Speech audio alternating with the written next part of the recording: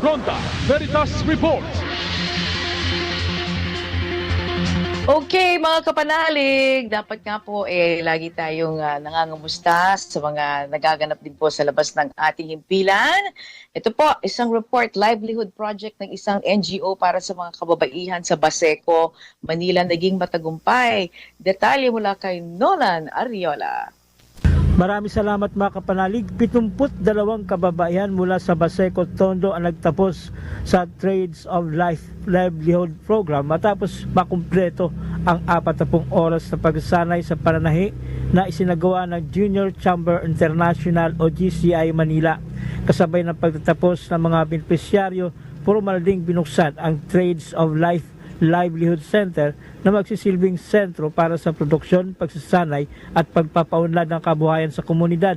Nagsimula ang programa sa isang motorcade na nilawkan ng mga benepisyaryo, voluntaryo at mga katuwang na organisasyon na sinundan ng ribbon cutting ceremony para sa bagong pasilidad. Nilagdaan din ng mga partner organization ang isang memorandum of agreement upang matiyak ang tuloy-tuloy na suporta at pagpapatuloy ng proyekto.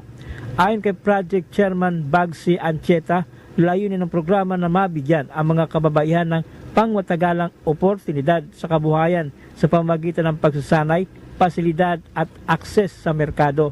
Inasahang magsisilbing sentro ang Livelihood Center para sa patuloy na paglina ng kasanayan at paglikha ng pagkakakitaan para sa mga residente ng Baseco. Ang Trades of Life po ay isang sustainable livelihood program na spearhead po ng GCI Manila. Ang expectations po natin ay matuto sila manahe ng bags and pillowcases. Pagbibigay sa kanila ng tamang resources para gawin ang kanilang skills.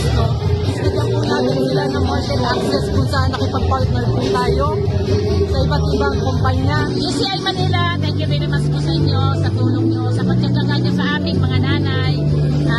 Sila po talaga yung magbigay daan sa amin na matulungan kami mga nanay ng Baseco. Yan ang damdamin anawim ni Nerissa. Mga kapanalig sa dalangin at naisin na simbang katolika ay ang mapatatag at mapaunlad pa ang bawat negosyo ni Numan at saan man. Para sa Veritas 846 ang radyo ng simbahan.